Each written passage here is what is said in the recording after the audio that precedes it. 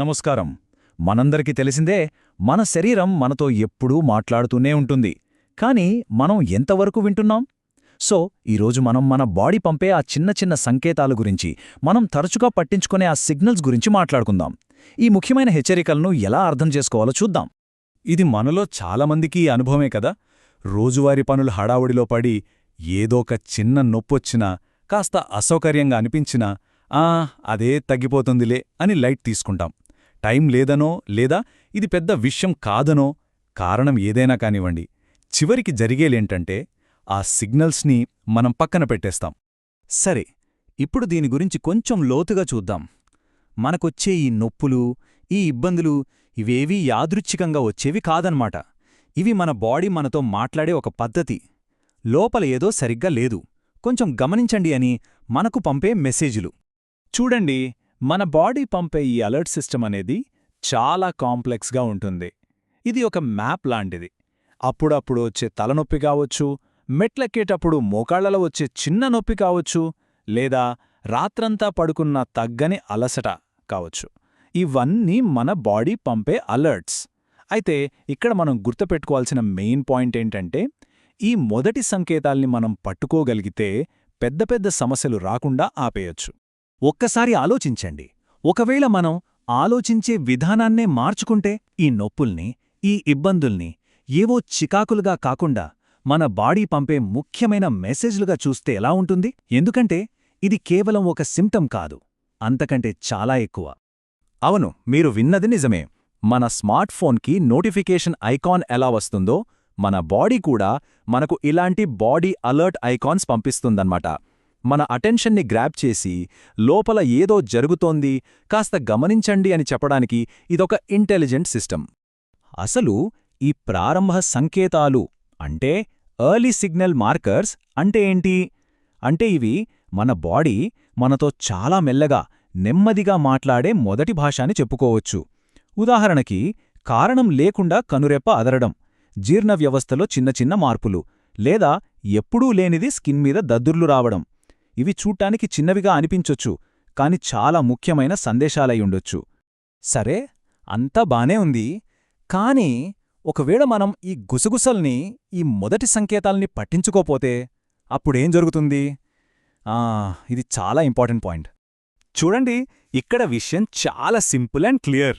సిగ్నల్స్ని ignore చేస్తే problems అవే పోవు, పైగా అవింకా పెద్దగా, ఇంకా కాంప్లికేటెడ్గా తయారవుతాయి. ఇది మనం అస్సలు మర్చిపోకూడదు. ఈ ప్రాసెస్ ఎలా జరుగుతుందో స్టెప్ బై స్టెప్ చూద్దాం. ఫస్ట్, ఒక చిన్న సిగ్నల్ వస్తుంది.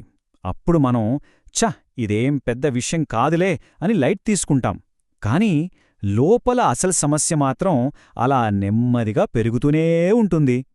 చివరికేమవుతుందంటే, ఒకప్పుడు చాలా ఈజీగా పరిష్కరించగలిగే సమస్య కాస్త ఇప్పుడు పెద్ద ఆరోగ్య సమస్యగా మన ముందుకొచ్చి నిలబడుతుంది. కానీ ఇక్కడే ఒక గుడ్ న్యూస్ ఉంది. ఈ కథలో ఒక పాజిటివ్ టర్నింగ్ పాయింట్ కూడా ఉంది. సమస్యను అలా వదిలేయకుండా మనం ఇంకో దారిని ఎంచుకోవచ్చు. అదే ముందస్తు చర్య. ఈ రెండు దారులకి మధ్య తేడా మనకు చాలా స్పష్టంగా కనిపిస్తోంది కదా. ఒక దారేమో సమస్యల్ని పెంచుకుంటూ పోతోంది, రెండో దారేమో మనకి ఆరోగ్యాన్ని, రక్షణని ఇస్తుంది. అంటే సంకేతాల్ని పట్టించుకోకపోవడం ఒక రకమైన గ్యాంబ్లింగ్ లాంటిది. కానీ ముందస్తు చర్య తీసుకోవడమనేది మన హెల్త్ మీద మనం పెట్టే ఒక స్మార్ట్ ఇన్వెస్ట్మెంట్ అన్నమాట. ఇప్పుడు మళ్ళీ మన ఇమేజ్ దగ్గరికి వద్దాం. ఆ మధ్యలో ఉన్న బార్ని గమనించారా? ఆ షీల్డ్ దగ్గర్నుంచి టిక్ మార్క్ వైపు వెళ్తోందో చూసారా? ఎంత బాగా చూపించారో చూడండి. అంటే early action equal to prevention and health అన్నమాట. ఆ గ్రీన్ జోన్లోకి వెళ్తున్నామంటే మన ఆరోగ్యాన్ని మనమే కాపాడుకుంటున్నామని అర్థం. మరి ఈ ముందస్తు చర్య అంటే ఎర్లీ యాక్షన్ అంటే ఏంటసలు? ఇది జస్ట్ డాక్టర్ దగ్గరికి వెళ్లడం మాత్రమే కాదు. ఇదొక మైండ్ సెట్. మన బాడీ చెప్పేది శ్రద్ధగా వినడం, దానికి రెస్పెక్ట్ ఇవ్వడం, టైంకి సరైన యాక్షన్ తీసుకోవడం. ఇది మన చేతుల్లో ఉన్న ఒక పవర్ఫుల్ చాయిస్. చాలా బాగుంది. మరి ఈ ఎర్లీ యాక్షన్ అనే సూత్రాన్ని మనం ఆచరణలో ఎలా పెట్టాలి? దీనికొక క్లియర్ బ్లూ ప్రింట్ ఉందన్నమాట. చాలా సింపుల్.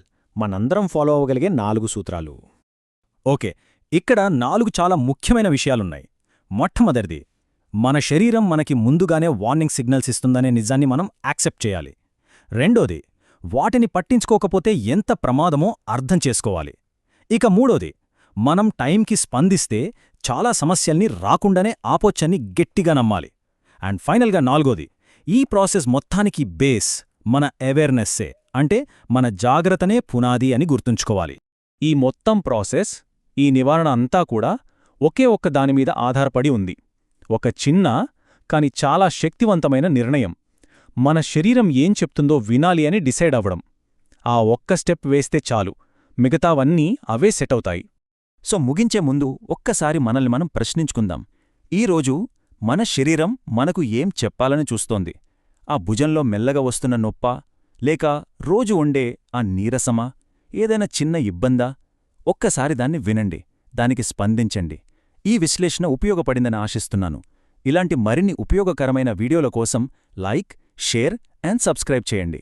ఏవైనా ఫిజికల్ థెరపీ చికిత్సల కోసం నా క్లినిక్ని తప్పకుండా సందర్శించండి. ధన్యవాదాలు.